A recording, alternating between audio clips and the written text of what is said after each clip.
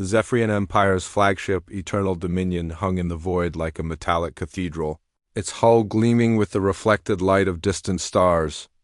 Admiral Korath stood before the massive viewing port, his forearms folded behind his back as he watched the final moments of the human colony on Kepler 442. The orbital bombardment had been swift and efficient, just as the Empire demanded.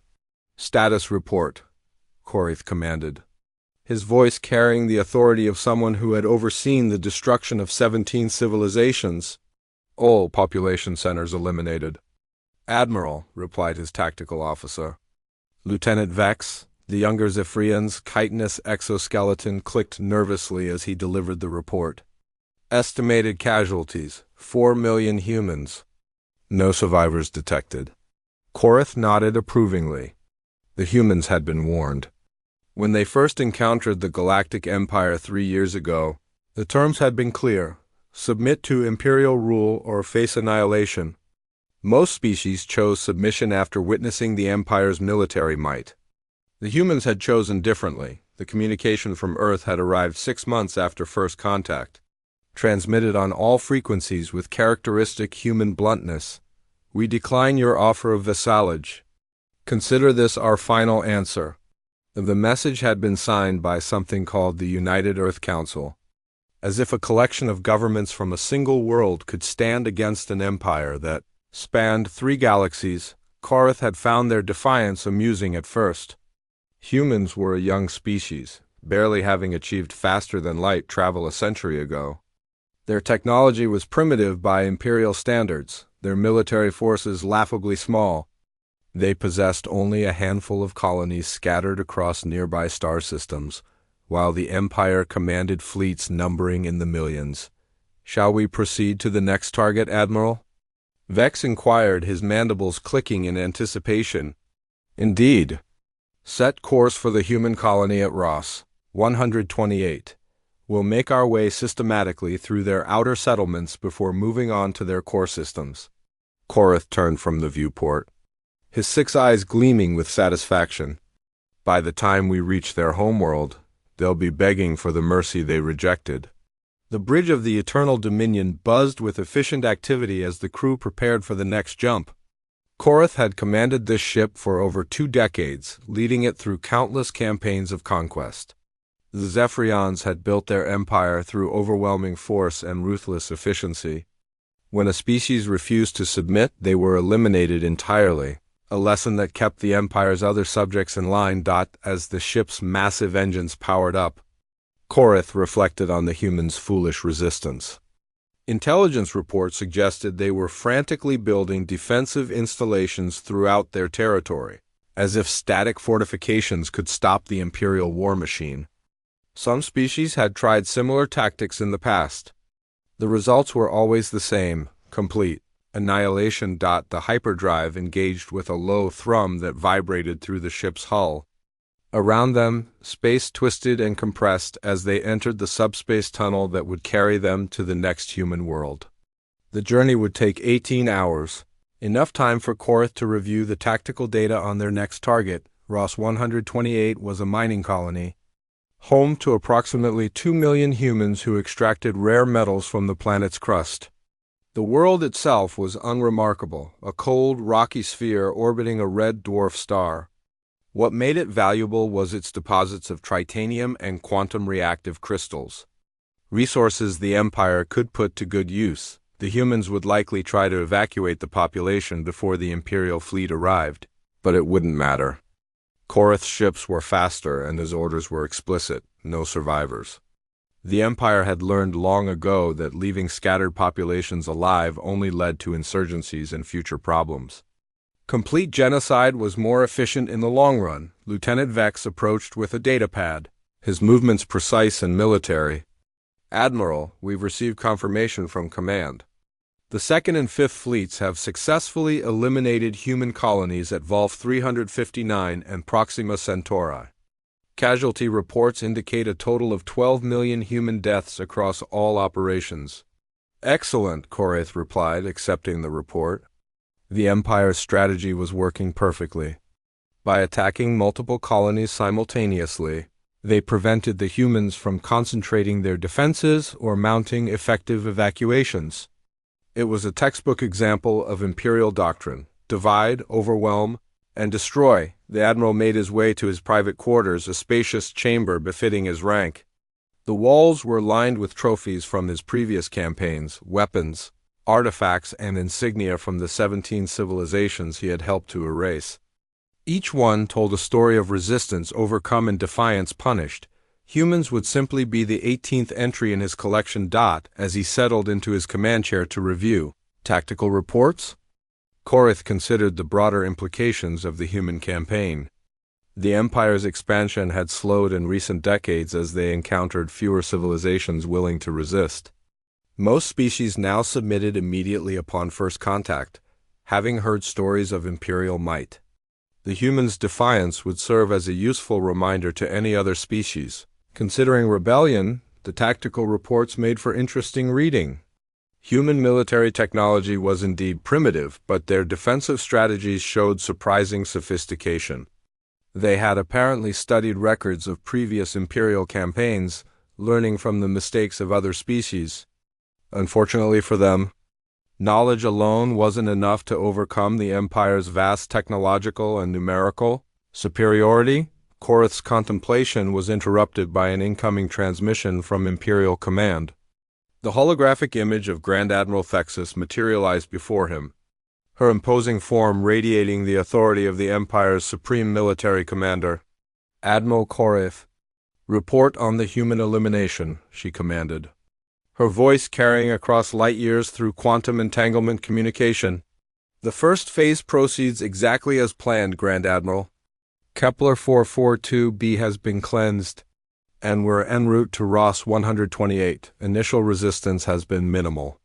Korith straightened in his chair, showing proper respect to his superior. "Good, the Emperor is pleased with your progress. He wants the human threat eliminated quickly and completely. Intelligence suggests they may be attempting to develop new weapons systems. We cannot allow them time to deploy whatever desperate measures they're planning." Korith nodded gravely. "Understood, Grand Admiral. The human species will be extinct within 6 standard months." The transmission ended, leaving Korith alone with his thoughts. 6 months seemed generous for the task at hand. At their current pace, the human homeworld of Earth would be under bombardment within 3 months. After that, it would simply be a matter of hunting down any remaining colonies or ships. The Admiral returned his attention to the tactical displays, studying the layout of human space. Their territory formed a rough sphere approximately 50 light-years in diameter, with Earth at its center. Most of their major colonies lay along established trade routes, making them easy targets for the Imperial fleet. Soon, human space would be just another empty region of the galaxy, its former inhabitants nothing more than a cautionary tale told to future species who might consider defying the Empire's will. The human colony at Ross 128 burned with the same efficiency as Kepler 442b. Admiral Korith watched from the bridge as the last of the mining installations collapsed under orbital bombardment, their fires visible even from space. The evacuation ships had tried to escape, but Imperial interceptors had destroyed them before they could reach the system's edge. Another 2 million humans added to the growing casualty count. "Admiral, incoming transmission from the human homeworld," Lieutenant Vex reported, his mandibles clicking with what might have been amusement.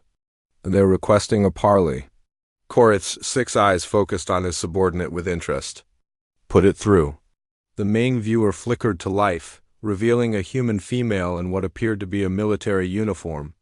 Her face was composed, showing none of the terror or desperation Korith expected from a species facing extinction. Behind her stood other humans, their expressions equally calm.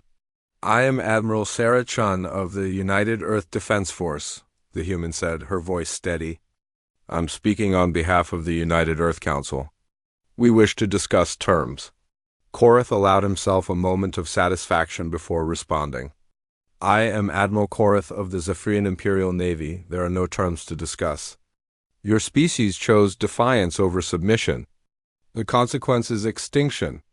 We understand your position, Admiral Chun replied without flinching. However, we believe there may be alternatives that serve both our interests. We're prepared to offer significant concessions in exchange for the preservation of our civilian populations. The Admiral's laughter was a harsh, chittering sound that echoed through the bridge. Several of his crew members joined in, creating a discordant symphony of alien mirth. The idea that humans could offer anything of value to the Empire was absurd. Your species possesses nothing we desire, Korath declared. Your technology is primitive, your resources minimal, and your strategic position worthless. The Empire gains more from your extinction than from your continued existence. Admiral Chun's expression didn't change. We disagree. Our scientific research has produced innovations that might interest your Empire. We're willing to share all our technological advances in exchange for resettlement rights in a designated sector. Your innovations? Korath's voice dripped with contempt. You've barely achieved interstellar travel. What could you possibly have developed that the Empire would find useful? Perhaps we could demonstrate, Chun suggested calmly. The transmission ended abruptly, leaving Korath staring at a blank screen. He turned to his communications officer with growing irritation. What happened to the signal? Unknown, Admiral.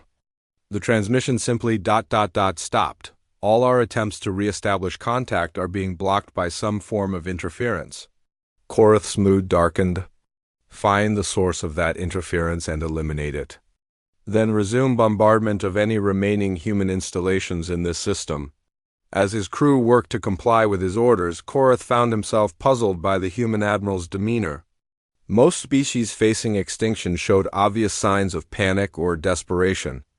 The humans seemed almost ... confident. It was probably just their primitive pride refusing to accept reality. But something about Admiral Chun's manner troubled him. The next target was a human agricultural world called New Eden.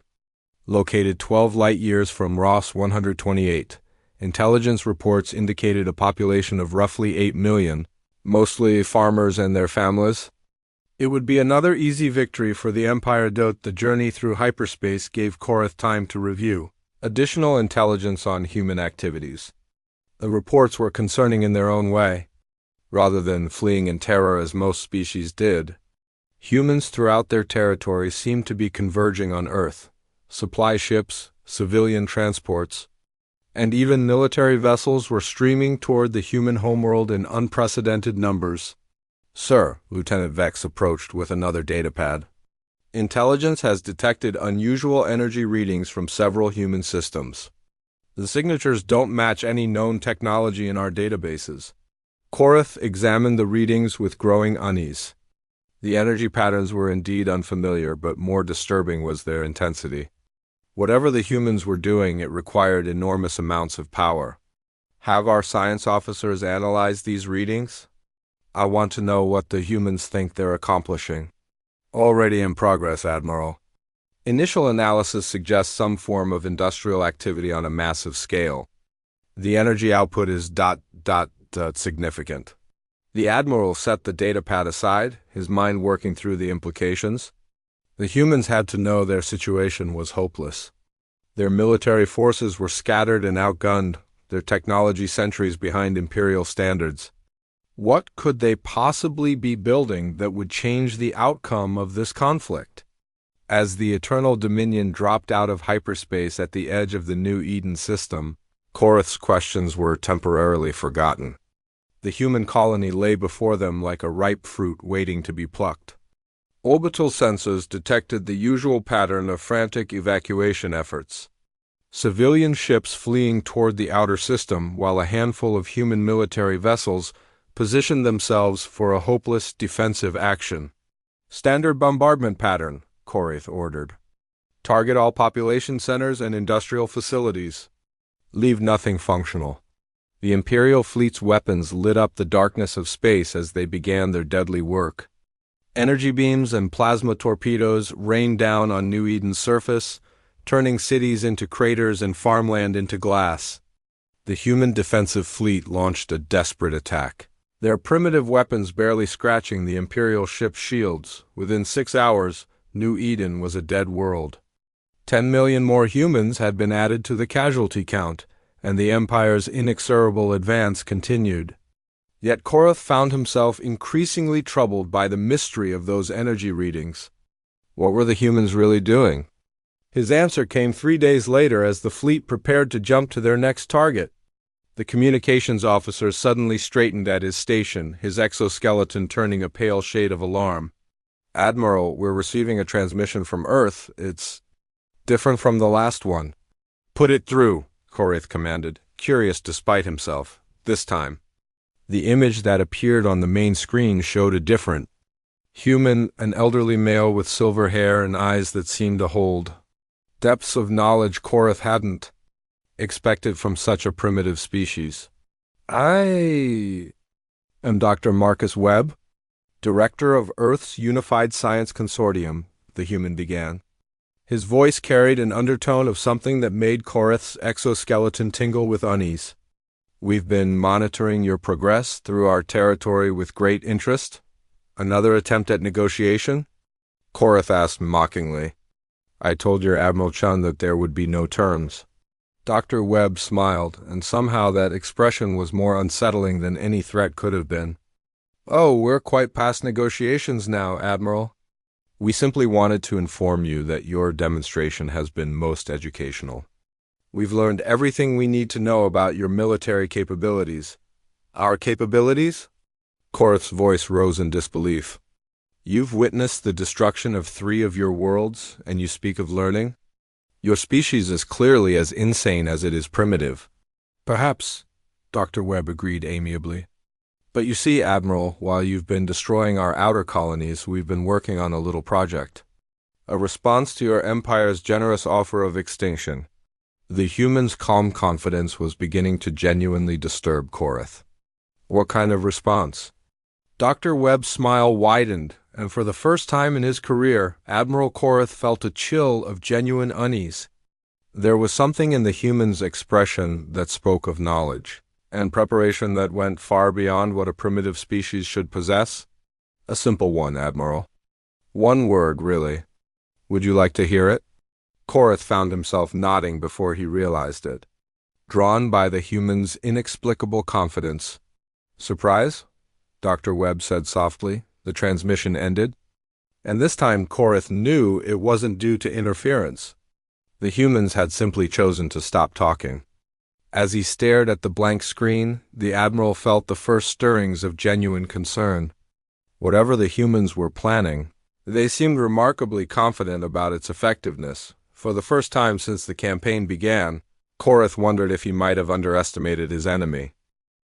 The Imperial War Fleet emerged from hyperspace to find Earth waiting for them. Admiral Korath had expected to see the usual signs of panic, fleeing civilian ships, desperate defensive preparations, perhaps primitive orbital fortifications hastily constructed in humanity's final hours. Instead, he found himself looking at something that defied every tactical assumption he had made about this species. Earth's solar system had been transformed into a fortress unlike anything in recorded galactic history. "Tactical analysis?" Korath demanded, his voice tight with barely controlled unease. "Sir," his tactical officer began, then stopped, his mandibles clicking nervously. "Admiral, I'm reading defensive installations throughout the entire system. Not just around Earth, every planet, asteroid, and orbital body has been fortified." The main viewer shifted to show the scope of human preparations. Mars bristled with weapons platforms the size of Imperial cruisers. The asteroid belt had been converted into a maze of defensive stations connected by energy barriers. Even the outer gas giants mounted weapon systems with power signatures that made Korath's exoskeleton pale. "Energy readings?" he asked, though he dreaded the answer. "Off the scale, Admiral. Whatever power source they're using, it's generating more energy than a dozen Imperial fleet bases combined." Lieutenant Vex approached with a datapad, his usual confidence replaced by visible anxiety. "Sir, we're detecting organized formations of human ships throughout the system. Fleet strength estimates are ... problematic." Korath snatched the pad and studied the numbers. According to sensors, the humans had somehow assembled a defensive fleet larger than the force sent to destroy them. Ships that matched Imperial specifications in size and apparent capability were positioned in defensive formations with a sophistication that spoke of advanced tactical planning. "This is impossible," he muttered. 6 months ago, human space forces numbered fewer than 1,000 ships. These readings suggest 10 times that number. "Perhaps their sensors are being deceived somehow," Vex suggested hopefully, before Korath could respond. A transmission arrived from the human homeworld. The main screen displayed the bridge of what appeared to be a human flagship, but the vessel's architecture was unlike anything in Imperial intelligence files. The figure standing at its center was Admiral Sarah Chun, the same human who had requested negotiations months earlier. "Welcome to Earth." "Admiral Korath," Chun said, her voice carrying a confidence that sent chills through the Imperial crew. "We've been preparing for your arrival." "Preparing with what?" Korath demanded. "Our sensors detect military installations that couldn't possibly have been constructed in such a short time. Your species lacks the industrial capacity for this scale of fortification?" Chun's smile was enigmatic. "You're quite right about our limitations, Admiral. We couldn't have built all this using conventional methods. Fortunately, we found an alternative approach." The human admiral gestured, and the screen split to show additional images. Korath found himself looking at vast industrial complexes unlike anything he had ever seen. Automated construction systems worked with impossible speed, assembling ships and weapons platforms from materials that seemed to be created from nothing. "What am I looking at?" Korath asked, though part of him already suspected the answer. "Molecular assemblers, Admiral? Self-replicating construction systems based on principles we discovered while studying Imperial technology." Chun's expression remained pleasantly conversational. "It turns out that when you reverse-engineer advanced alien technology, you sometimes learn more than the original designers intended." The implications hit Korath like a physical blow. Self-replicating technology was theoretical even for the Empire, considered too dangerous for practical implementation. The humans claimed to have not only developed it but deployed it on a system-wide scale. "Impossible," he said, but his voice lacked conviction. 6 months ago, I would have agreed with you," Chun replied. "But your Empire's technology provided some fascinating insights into matter manipulation and energy conversion. We simply took those concepts a bit further than their original applications." The screen changed again, showing the construction yards in action. Korath watched in horrified fascination as new ships took shape in a matter of hours. Their hulls formed from raw materials extracted directly from asteroids and converted into finished components by machines that seemed to defy physics. "How many ships?" he asked quietly. "Currently?" "About 50,000 combat vessels, with more coming online every hour. By tomorrow, we estimate the fleet will exceed 100,000 ships." Chun's tone remained conversational, as if discussing the weather rather than military capabilities that dwarfed the Imperial force sent to destroy Earth. Korath felt his career, his reputation, and quite possibly his life crumbling around him. The Empire had sent 3,000 ships to eliminate humanity, a force considered overwhelming for the task. Now he faced an enemy fleet that outnumbered his own by orders of magnitude. "This changes nothing," he said, trying to project confidence he no longer felt. "Numbers mean nothing against Imperial technology. Your primitive weapons cannot penetrate our shields or match our firepower." "Primitive?" Chun's eyebrows rose in apparent surprise. "Admiral, I think you may be operating under some misconceptions about our current capabilities." The transmission shifted once more, this time showing close-up images of human weapon systems. Korath's 6 eyes widened as he recognized the designs. The weapons were clearly based on Imperial technology, but with modifications that made his science officers gasp in shock. "We've made some improvements to your basic designs," Chun explained. "Higher energy density, better targeting systems, more efficient power conversion. Our scientists found your technology quite elegant, but rather conservative in its applications." "You're claiming to have improved Imperial weapons?" Korath's voice rose in disbelief. "Improved might be too modest a term. Enhanced, certainly. Optimized for effectiveness against Imperial defense systems. The human admiral's smile took on a predatory quality. We had such excellent test subjects to work with, after all. The meaning of her words sank in slowly. You used our attacks on your colonies to test your weapons. Among other things, every battle provided valuable data on Imperial tactics, weapon capabilities, and defensive technologies. We learned quite a lot about your fleet's vulnerabilities. Chun leaned forward slightly. Would you like a demonstration? Before Korath could respond, alarms began blaring throughout the Imperial flagship. His tactical officer's voice cut through the chaos with barely controlled panic. Admiral, energy spike detected from the human fleet. They're targeting our lead destroyer with some kind of focused beam weapon. On the main screen, Korath watched in shock as a lance of pure energy struck the Imperial destroyer Relentless Victory. The ship's shields, designed to withstand the most powerful weapons in the galaxy, simply ceased to exist. The beam continued through the hull as if it were paper, emerging from the other side in a shower of vaporized metal. The destroyer exploded 3 seconds later. Impressive, isn't it?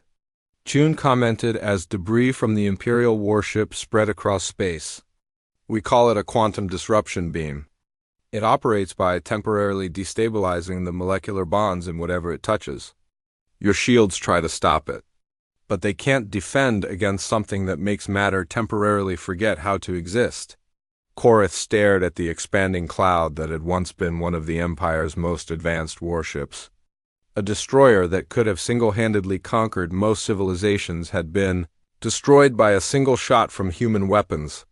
Surrender, he said quietly, the word tasting like ashes in his mouth.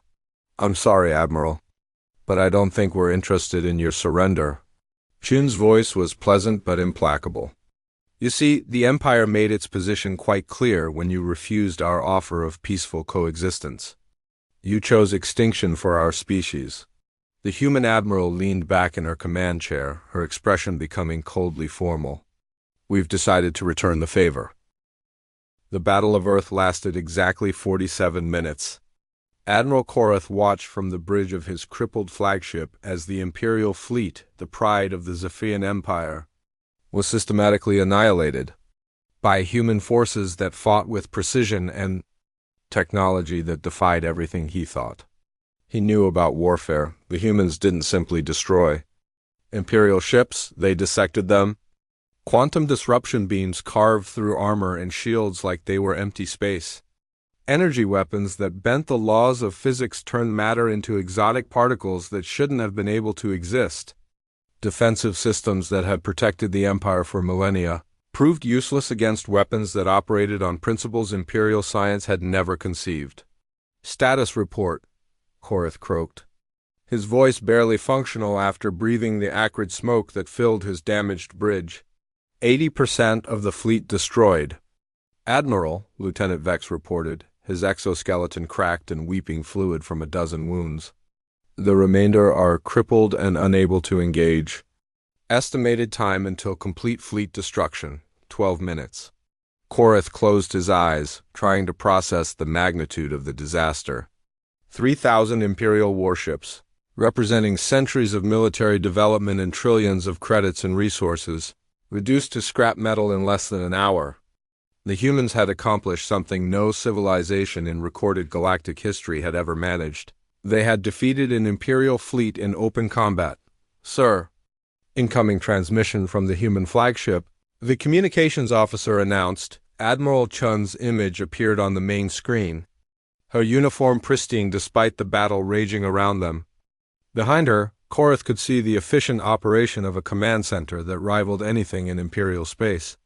Human officers worked with calm professionalism, as if the destruction of a galactic superpower was merely another day at the office. Admiral Korath, I'm prepared to accept the surrender of your remaining vessels, Chun announced. Your crews will be treated according to the standard conventions of warfare. Surrender?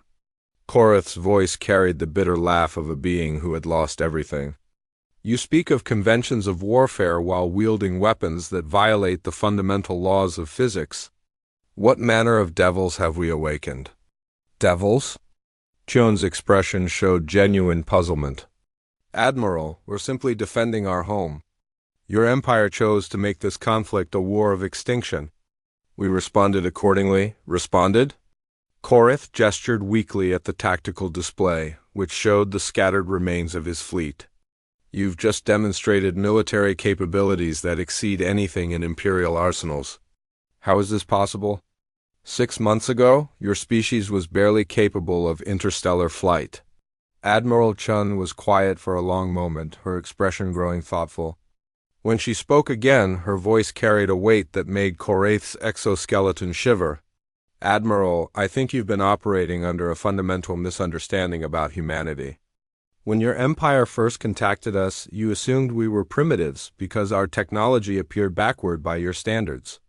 You never asked the right question, which was, why a species capable of developing quantum disruption weapons was using such primitive technology in the first place.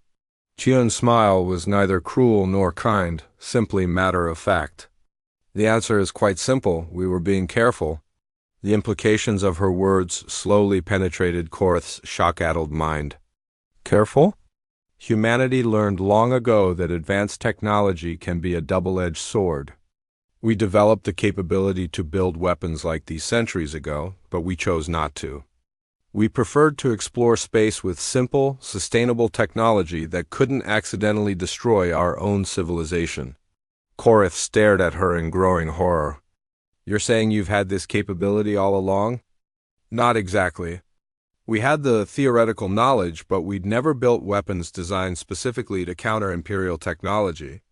We needed to see your capabilities firsthand before we could design appropriate countermeasures. Chun's expression hardened. Your attacks on our colonies provided that opportunity. The full scope of humanity's deception began to dawn on Korith. The Empire hadn't just underestimated human technology. They had been manipulated into providing the information. Humans needed to design the perfect weapons to destroy. You used us, he whispered. We defended ourselves, Chun corrected. Your empire gave us no choice in the matter. We offered peaceful coexistence, remember? You chose genocide instead.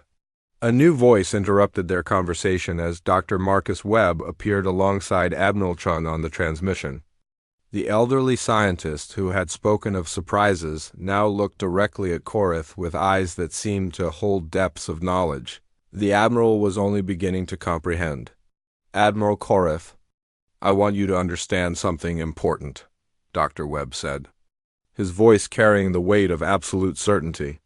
Humanity doesn't want to conquer the galaxy. We don't desire an empire. We simply want to be left alone to pursue our own path among the stars.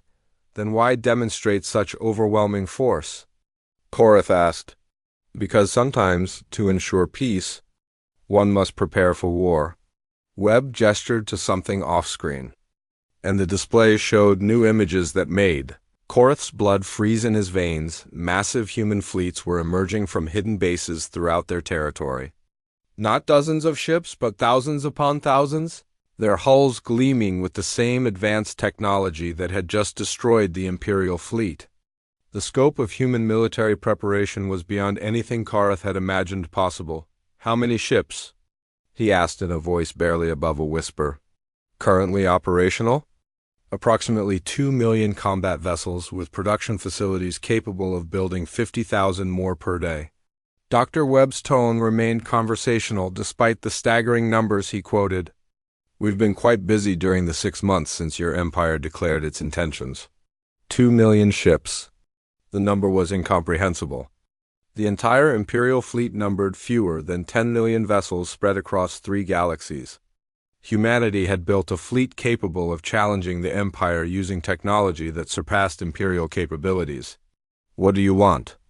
Korith asked, his voice hollow with defeat. Admiral Chun leaned forward, her expression becoming deadly serious. We want the Empire to understand a very simple message. Humanity is not a target for conquest. We are not primitives to be enslaved or annihilated. We are a species that has chosen restraint over aggression, wisdom over power, and peace over empire. She paused. letting her words sink in before continuing. But if forced to abandon that restraint, we are quite capable of doing so. The Empire has seen a demonstration of our defensive capabilities. I trust you understand that our offensive capabilities are proportionally more impressive. Dr. Webb stepped forward. Admiral, your Empire will receive our formal response to your offer of vassalage within the next few days.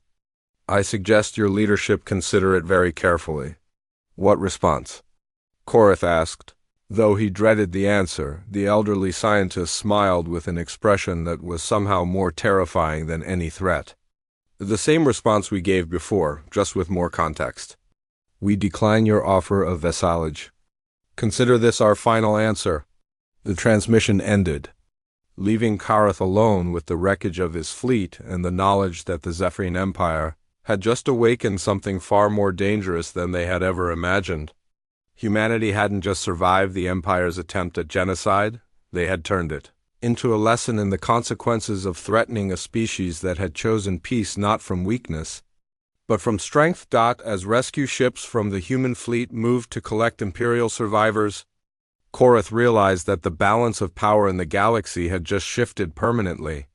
The Empire's age of unchallenged dominance was over, ended by a species they had dismissed as primitives. Humanity had spoken, and their one-word response would echo through the galaxy for generations to come. The throne room of Emperor Zixthek had witnessed the submission of 1,000 species over the course of his 3-century reign. Today, it bore witness to something unprecedented. The complete and utter shock of absolute power discovering it was no longer absolute.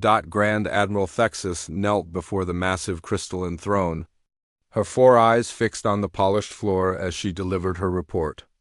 Around her, the assembled lords of the Empire listened in stunned silence as the magnitude of their defeat became clear. Repeat the casualty figures, Emperor Zixthek commanded, his voice carrying harmonics that could shatter glass when he was displeased. Complete destruction of the human elimination fleet, Your Imperial Majesty. 3,000 ships lost with minimal human casualties. Admiral Korath and 47,000 crew. Members are currently prisoners of the human forces. Thexus's voice remained steady despite the death sentence she was likely delivering to herself. The Emperor's massive form shifted on his throne, causing the entire chamber to vibrate with barely contained energy. At nearly 12 feet tall and possessing enough psychic power to level cities, Zixthek was the ultimate expression of Zephyrian evolution. His rage could kill lesser beings through pure telepathic force. You're telling me that a primitive species that achieved interstellar flight less than 2 centuries ago has destroyed the most powerful fleet in Imperial history? The humans were not as primitive as our intelligence indicated, Your Majesty. Thexus lifted her eyes briefly to meet her Emperor's gaze, then quickly looked away. They possess technology that exceeds our current capabilities in several key areas. Exceeds? The word came out as a psychic roar that made several courtiers collapse to their knees. Nothing exceeds Imperial technology. We have conquered 3 galaxies. We command forces that could extinguish stars. Yes, Your Majesty, Thexus agreed quietly. But the humans have developed weapons that operate on principles our science doesn't fully understand. Their quantum disruption beams can penetrate any known defensive system. Their fleet production capabilities are beyond anything we've encountered. Lord Commander Vextar, head of Imperial Intelligence, stepped forward with obvious reluctance. His normally pristine uniform showed signs of the stress he'd been under since the first reports arrived from human space. Your Imperial Majesty, our analysis of the battle data reveals disturbing patterns. The humans didn't simply defeat our fleet, they studied it. Every tactical maneuver, every weapons discharge, every defensive formation was analyzed in real time. They were learning from the engagement even as they destroyed our forces. Learning what? How to defeat the Empire, Your Majesty. The battle data suggests they were testing their weapons against our best defenses to gather intelligence on Imperial capabilities. The engagement at Earth appears to have been as much a research project as a military action. Emperor Zixthek rose from his throne. his massive form radiating psychic energy that made the air itself seem to vibrate. Are you suggesting they deliberately allowed us to attack them? The evidence is compelling, Your Majesty. Human communications intercepted during the battle show. Remarkable confidence despite facing what should have been overwhelming odds. They fought as if the outcome was never in doubt. The throne room fell silent except for the low harmonic vibration of the Emperor's barely controlled rage. For 3 centuries, the Zephyrian Empire had been the undisputed master of known space. Their technology was supreme, their military invincible, their emperor a being of godlike power. The idea that a young species could not only resist but defeat them challenged the very foundations of their civilization. "Show me," the Emperor commanded. The air in front of the throne shimmered and formed into a holographic display showing the recorded message. That had arrived from Earth just hours earlier. Dr. Marcus Webb appeared, looking exactly as he had during his previous transmission to Admiral Korath. But now he stood in what was clearly an advanced command center surrounded by technology that made Imperial facilities look primitive. "Greetings, Emperor Zixthek," Dr. Webb began, his voice calm and respectful. "I am Dr. Marcus Webb, speaking on behalf of the United Earth Council. We are returning your surviving military personnel as a gesture of goodwill, along with detailed medical records of their treatment during captivity." The Emperor's eyes narrowed as he studied the human's demeanor. Like the others, this one showed no fear, no deference to imperial power. He spoke as an equal addressing an equal, which was impossible for a primitive species. "We understand that our defense of Earth may have come as a surprise to your empire. This was not our intention. We had hoped that your military leadership would recognize the futility of their mission and withdraw without engagement." Dr. Webb paused, his expression becoming more serious. "Unfortunately, this did not occur." "The arrogance," Zixthek rumbled, his psychic emanations causing small objects throughout the throne room to vibrate. The recording continued. "Your empire offered our species 2 choices, submission or extinction. We declined both options and chose a third path. We believe it would be beneficial for both our civilizations if your leadership reconsidered its approach to interspecies relations." The holographic Dr. Webb gestured, and the display expanded to show vast star charts covering significant portions of the galaxy. Red markers indicated Imperial territory while blue markers showed human space. But what caught the Emperor's attention were the green markers, thousands of them, scattered throughout the galaxy. These green indicators represent civilizations that have accepted Earth's offer of mutual defense agreements. Over the past 6 months, while your empire was focused on our outer colonies, our diplomatic corps has been quite busy. 237 species have agreed to coordinate their defenses under human technological guidance. The implications struck the assembled imperial court like a physical blow. In 6 months, humanity had assembled a coalition that included nearly a quarter of the empire's former subjects. Furthermore, Dr. Webb continued, we have shared certain defensive technologies with these allies. Nothing offensive, you understand. Humanity believes in proportionate response rather than aggression. But we felt it appropriate to ensure that these civilizations could adequately protect themselves. Lord Commander Vexstar stepped closer to the Emperor, his voice barely a whisper. Your Majesty, if the humans have shared quantum disruption technology with their allies... The Emperor silenced him with a psychic pulse that sent the intelligence chief reeling. The math was simple and terrifying. The Empire controlled perhaps 60% of inhabited systems in the galaxy. Through military force and the threat of annihilation, if human technology could neutralize Imperial advantages, and if hundreds of subject species suddenly had access to that technology, the Empire's control would collapse overnight. The recording continued with Dr. Webb's final words. Emperor Zixtek, humanity has no desire for conflict with your empire. We seek only to exist in peace alongside our neighbors. However, we have learned that sometimes peace requires the ability to defend it. Effectively, the human scientist smiled with an expression that somehow managed to be both friendly and absolutely implacable. We trust that your empire will respect our choice to remain independent. Any future attempts to enforce your previous ultimatum will be met with appropriate responses. We have found that the best way to ensure peace is to make the cost of war prohibitively high for all potential aggressors. The hologram flickered and disappeared, leaving the throne room in oppressive silence. Emperor Zixthek stood motionless for long minutes, his massive mind processing the complete destruction of everything his empire represented. What are our options? He finally asked, his voice barely audible. Grand Admiral Thexis lifted her head, her expression grim. Unknown, Your Majesty.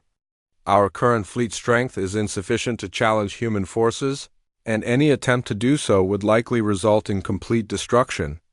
Our subject species are already showing signs of unrest as news of our defeat spreads. And if we attempt to negotiate, the humans have made their position clear. They will accept nothing less than complete recognition of their independence and the independence of their allies. The Emperor of the Zephyrian Empire, master of 3 galaxies and ruler of billions, slowly sank back onto his throne. For the first time in his long life, he faced an enemy he could not intimidate, could not overwhelm, and could not defeat. Humanity had spoken their single word of response, and the galaxy would never be the same. The throne room of Emperor Zixthek had witnessed the submission of 1,000 species over the course of his 3-century reign. Today, it bore witness to something unprecedented, the complete and utter shock of absolute power, discovering it was no longer absolute. Grand Admiral Thexis knelt before the massive crystalline throne, her 4 eyes fixed on the polished floor as she delivered her report. Around her, the assembled lords of the Empire listened in stunned silence as the magnitude of their defeat became clear. Repeat the casualty figures, Emperor Zixthek commanded, his voice carrying harmonics that could shatter glass when he was displeased. Complete destruction of the human elimination fleet, Your Imperial Majesty? 3,000 ships lost with minimal human casualties. Admiral Korith and 47,000 crew members are currently prisoners of the human forces. Thexis's voice remained steady despite the death sentence. She was likely delivering to herself. The Emperor's massive form shifted on his throne, causing the entire chamber to vibrate with barely contained energy. At nearly 12 feet tall and possessing enough psychic power to level cities, Zixthek was the ultimate expression of Zephyrian evolution. His rage could kill lesser beings through pure telepathic force. You're telling me that a primitive species that achieved interstellar flight less than 2 centuries ago has destroyed the most powerful fleet in Imperial history? The humans were not as primitive as our intelligence indicated, Your Majesty. Thexis lifted her eyes briefly to meet her Emperor's gaze, then quickly looked away. They possess technology that exceeds our current capabilities in several key areas. Exceeds? The word came out as a psychic roar that made several courtiers collapse to their knees. Nothing exceeds Imperial technology. We have conquered 3 galaxies. We command forces that could extinguish stars. Yes, Your Majesty, Thexis agreed quietly. But the humans have developed weapons that operate on principles our science doesn't fully understand. Their quantum disruption beams can penetrate any known defensive system.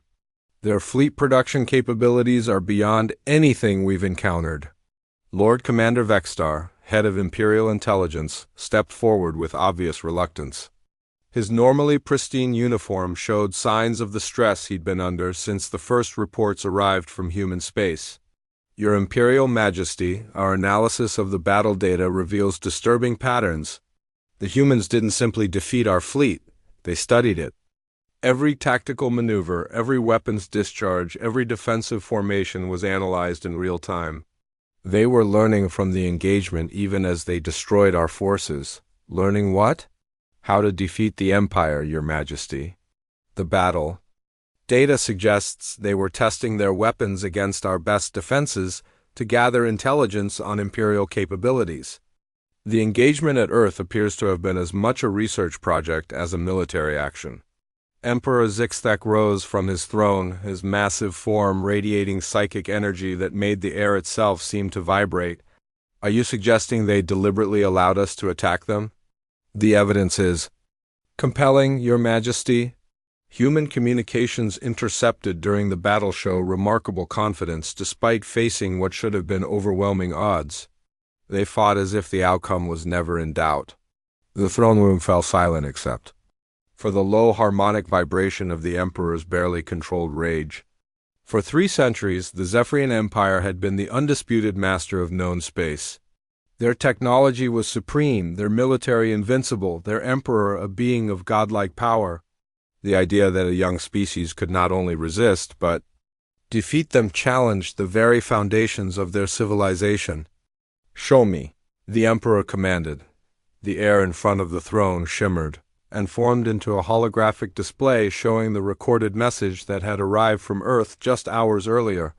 Dr. Marcus Webb appeared, looking exactly as he had during his previous transmission to Admiral Korath, but now he stood in what was clearly an advanced command center surrounded by technology that made Imperial facilities look primitive. "Greetings, Emperor Zixthuk," Dr. Webb began, his voice calm and respectful. "I am Dr. Marcus Webb, speaking on behalf of the United Earth Council. We are returning your surviving military personnel as a gesture of goodwill, along with detailed medical records of their treatment during captivity." The Emperor's eyes narrowed as he studied the human's demeanor. Like the others, this one showed no fear, no deference to imperial power. He spoke as an equal addressing an equal, which was impossible for a primitive species. "We understand that our defense of Earth may have come as a surprise to your empire. This was not our intention. We had hoped that your military leadership would recognize the futility of their mission and withdraw without engagement." Dr. Webb paused, his expression becoming more serious. "Unfortunately, this did not occur." "The arrogance," Zixthuk rumbled, his psychic emanations causing small objects throughout the throne room to vibrate. The recording continued. "Your empire offered our species 2 choices, submission or extinction. We declined both options and chose a third path. We believe it would be beneficial for both our civilizations if your leadership reconsidered its approach to interspecies relations." The holographic Dr. Webb gestured, and the display expanded to show vast star charts covering significant portions of the galaxy. Red markers indicated Imperial territory, while blue markers showed human space. But what caught the Emperor's attention were the green markers, thousands of them scattered throughout the galaxy. These green indicators represent civilizations that have accepted Earth's offer of mutual defense agreements. Over the past 6 months, while your empire was focused on our outer colonies, our diplomatic corps has been quite busy. 237 species have agreed to coordinate their defenses under human technological guidance. The implications struck the assembled imperial court like a physical blow.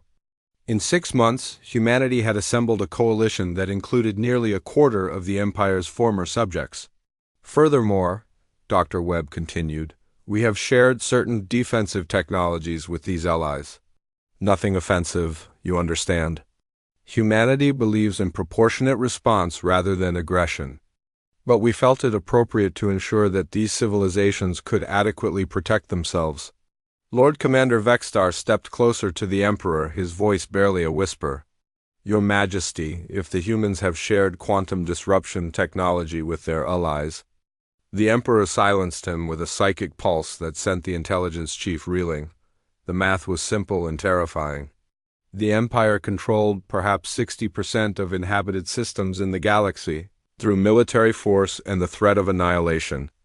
If human technology could neutralize Imperial advantages, and if hundreds of subject species suddenly had access to that technology, the Empire's control would collapse overnight.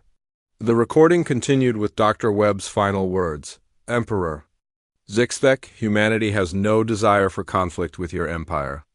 We seek only to exist in peace alongside our neighbors. However, we have learned that sometimes peace requires the ability to defend it effectively. The human scientist smiled with an expression that somehow managed to be both friendly and absolutely implacable. We trust that your empire will respect our choice to remain independent. Any future attempts to enforce your previous ultimatum will be met with appropriate responses. We have found that the best way to ensure peace is to make the cost of war prohibitively high for all potential aggressors. The hologram flickered and disappeared, leaving the throne room in oppressive silence. Emperor Zixvek stood motionless for long minutes, his massive mind processing the complete destruction of everything his empire represented. "What are our options?" he finally asked, his voice barely audible. Grand Admiral Thexus lifted her head, her expression grim. "Unknown, Your Majesty. Our current fleet strength is insufficient to challenge human forces, and any attempt to do so would likely result in complete destruction. Our subject species are already showing signs of unrest as news of our defeat spreads. And if we attempt to negotiate, the humans have made their position clear. They will accept nothing less than complete recognition of their independence and the independence of their allies. The Emperor of the Zephyrian Empire, Master of 3 Galaxies and ruler of billions, slowly sank back onto his throne. For the first time in his long life, he faced an enemy he could not intimidate, could not overwhelm, and could not defeat. Humanity had spoken their single word of response, and the galaxy would never be the same. 1 year after the Battle of Earth, Ambassador Sarah Chun stood on the observation deck of the diplomatic station New Harmony, watching as representatives from over 400 species gathered for the first Galactic Accord Summit. The massive space station hung in neutral space between human territory and the former boundaries of the Zephyrian Empire, its gleaming hull reflecting the light of a nearby star. The transformation of galactic civilization had been swift and decisive. Within weeks of humanity's victory, species throughout imperial space had begun declaring independence. The quantum disruption technology that humans shared freely with anyone who requested it had made imperial retaliation impossible. Worlds that had lived under Zephyrian domination for centuries suddenly found themselves capable of defending their freedom. "The Zephyrian delegation has arrived," announced Captain Torres, Chun's aide. The young woman's tablet displayed the feeds from the docking bay where a small Imperial shuttle was being guided to its berth. "Emperor Zixthek himself is aboard." Chun nodded, her expression thoughtful. The former emperor's decision to attend personally had surprised many observers. The Zephyrian Empire had officially dissolved 6 months earlier, its territory fragmenting into dozens of independent systems as subject species claimed their freedom. Zixthek now ruled only his home system, his vast empire reduced to a single world. "Any word from the Sol delegation?" "Dr. Webb's ship docked an hour ago. He's already meeting with representatives from the Andromedan Coalition." Captain Torres paused, consulting her tablet. "Admiral Rodriguez sends her regards and reports that fleet exercises with our new allies are proceeding ahead of schedule."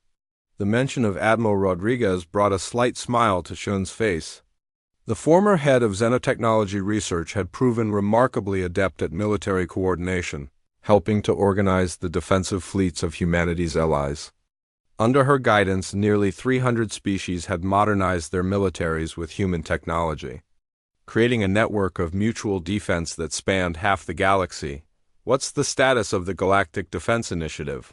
"Growing daily. We've received membership applications from 47 additional species just this week. Total membership is approaching 500 civilizations." Torres scrolled through her data. "Dr. Webb estimates that within 2 years, we'll have enough coverage to guarantee the independence of any species that requests protection." Chin walked to the station's central viewing port, which provided a panoramic view of the diplomatic gathering. Ships from hundreds of worlds hung in space around New Harmony, their diverse designs representing the incredible variety of galactic civilization. Just 1 year ago, most of these species had been subjects of the Empire, their freedom constrained by the threat of imperial retaliation. Now they met as equals, united by their shared commitment to peaceful coexistence. "Ambassador Chun?" A voice behind her drew her attention. She turned to see a familiar figure approaching, former Admiral Korith, now serving as the Zephyrian representative to the Galactic Accord. His once proud military bearing had been replaced by a more humble demeanor. The result of months spent processing the complete reversal of everything he had believed about galactic power structures. Admiral Korith, Chun acknowledged with a respectful nod. I trust your journey was pleasant? As pleasant as can be expected for someone traveling from a fallen empire to negotiate with the species that brought about its downfall. Korith's mandibles clicked in what she had learned was the Zephyrian equivalent of a rueful smile. I must admit, Ambassador, I never expected to see such a gathering in my lifetime. Change often happens faster than we expect, Chun observed. How is Emperor Zixthek adjusting to his new circumstances? With difficulty. 3 centuries of absolute power don't prepare one well for ... humility. Korith paused, his 6 eyes studying the assembled ships. He has asked me to convey his gratitude for humanity's restraint following your victory. Many species would have sought revenge for our attempts at genocide. Revenge serves no purpose, Chun replied. We defended ourselves out of necessity, not malice. Now that the threat has passed, we prefer to focus on building something better. Their conversation was interrupted by the arrival of Dr. Webb, who approached with the measured pace of someone carrying considerable responsibility. At 78 years old, he had become humanity's de facto ambassador to the galaxy, his quiet wisdom helping to guide the formation of the new galactic order. Ambassador Chun? Admiral Korith, he greeted them both with equal courtesy. I trust the preparations for the summit are proceeding smoothly? Very smoothly, Doctor. The agenda has been finalized, and all major powers have confirmed their participation. Chun handed him a tablet displaying the schedule. The morning sessions will focus on establishing the basic framework for the Galactic Accord. Afternoon discussions will address resource sharing and mutual defense protocols.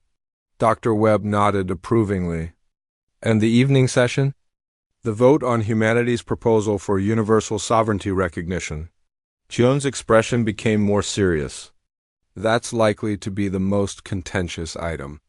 The proposal in question was characteristically human in its simplicity and scope. Rather than creating another empire or hegemony, humanity had suggested a galactic accord based on the principle that every species had an inherent right to self-determination. No civilization, regardless of its technological or military superiority, would have the right to impose its will on another. The proposal included enforcement mechanisms, primarily the threat of intervention by the Galactic Defense Initiative. But its foundation was respect for the freedom of choice. What's the expected opposition? Korith asked. Minimal, actually, Dr. Webb replied. Most species seem eager to embrace a system that guarantees their independence. The few holdouts are primarily those that benefited from the old imperial system. And if the vote fails? Chun's expression didn't change, but her voice carried an undertone of steel. Then humanity will continue to honor our existing defense agreements with individual species. The Galactic Defense Initiative will remain active, and any species that chooses aggression over diplomacy will find themselves facing the same fate as the Imperial fleet. Korith's exoskeleton shifted color slightly, a sign of unease among his people. You would maintain a military hegemony? We would maintain the capability to prevent anyone else from establishing one, Dr. Webb corrected gently. There's an important difference. Humanity has no desire to rule the galaxy, Admiral. We simply want to ensure that no one else does either. The 3 representatives stood in comfortable silence, watching as the diplomatic gathering took shape around them. The irony wasn't lost on any of them that the galaxy's first truly democratic assembly was meeting because one species had proven capable of destroying anyone who disagreed with them. Dr. Webb, Korith said eventually, may I ask you something that's been troubling me? Of course. Your species could have conquered the galaxy. Your technology surpasses anything we developed during 3 centuries of empire. Your military defeated our best forces so easily it was almost casual. Why choose this path instead of simply replacing the empire with human rule? Dr. Webb was quiet for a long moment, his aged eyes reflecting the starlight streaming through the observation port. When he spoke, his voice carried the weight of centuries of human philosophy and hard-learned wisdom. Because conquest is easy, Admiral. Building something that lasts, something that makes the galaxy genuinely better for everyone, that's much harder. Empires rise and fall, but ideas can endure forever. He gestured toward the assembled ships, representing hundreds of species that had chosen freedom over subjugation. This isn't humanity's empire, Admiral. It's everyone's future. We just help make it possible. As if summoned by his words, a soft chime indicated that the summit was about to begin. Representatives from across the galaxy began making their way toward the station's central assembly hall, where they would vote on the framework that would govern galactic civilization for generations to come. Ambassador Hyun straightened her uniform and prepared to join them, carrying with her the hopes of a species that had chosen to use overwhelming power not to conquer, but to liberate. Behind her, the stars shone down on a galaxy that was learning, for the first time in recorded history, what true freedom looked like. The Empire had offered vassalage or extinction. Humanity's one-word response had been freedom, and the galaxy would never be the same.